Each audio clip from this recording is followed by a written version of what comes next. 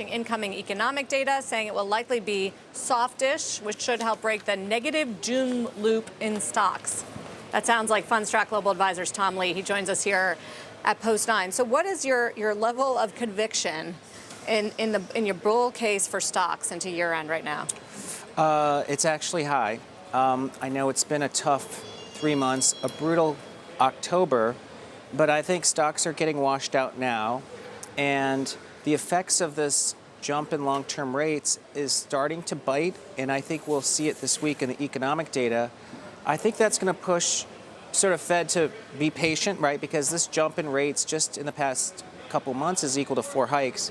And that should get investors a little more constructive about how the Fed reacts to incoming data. So I think with positioning, the economy being okay but slowing, and if rates could stabilize or fall and the Fed turning slightly more dovish, I think it is a formula for a rally. But what about the leadership in this market? Last week, I mean, it wasn't like the big mega cap tech earnings were awful, but the reactions were. That's right. I think the mood of investors has turned cautious, so they faded decent earnings. I don't think FANG's fundamentals are weaker. I mean, they're still at the center of this AI sort of secular story. So I think FANG actually leads into year end, and that also helps lift the S&P. But is your view based on the idea that rates are going to start to come down, that it's not going to be higher for longer, and therefore perhaps that we aren't going to see a significant impact on earnings as a result of these higher rates over time? Yes, to an extent. There was a great report by Goldman Sachs economists about what fair value is for the 10-year. They used 3 models, and they came up with like roughly 3.8%. So the 10-year at 5 is reflecting this uncertainty about inflation, how high the Fed has to be. If the data softens, we're going to start to see investors say, look, the Fed reaction function is if we got unemployment picking up and inflation weakening, they're going to cut. So I think we're seeing the peakish points in the rates right now. Doesn't the market eventually transition to bad news being bad news?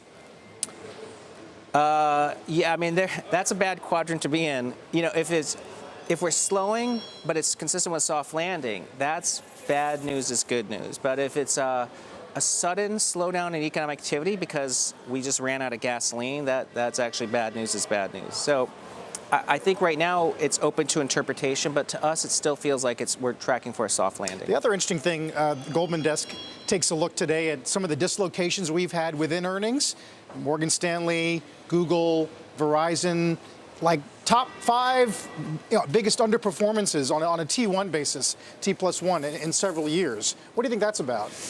I don't think it's inflated earnings expectations. I just think the mood of this market's gotten really cautious because of all the geopolitical tensions. I mean, I noticed this over the weekend. Almost every conversation with a friend or family or even a client talks about what's going on in the Middle East. I don't know if someone wants to be adding risk, even if they think the earnings were decent. So I think the mood is cautious. But of course, as you know, when positioning gets too bearish, that's when bad news becomes good news. I wanted to dig into that for a moment on the geopolitical risk, because you would have thought it might have been more of a bullish factor for bonds if people are feeling so negatively about risk. And the equity impact isn't clear to me, because war can be also very bullish and stimulative to certain industries in particular. So how do you think about all that? Well, I think that's been a source of confusion, because I spoke to a couple of fixed income clients over the weekend, and they were saying that the bond market is acting like the war is a limited war. That's why you're not seeing a flight to bonds. But the stock market, I think, it's not trying to discount the defense spending issue. I think it's trying to discount, is this leading to a conflict that could become, much larger? And, in that case, people are just changing risk premia. And that's why I think stocks are being hit while bonds haven't been hit. So you're right. If it turns out that the war is a regional conflict, this is actually bullish for equities because stocks converge with bonds. Okay, Tom, thank you. Appreciate your updated views. Tom Lee from Fundstrat.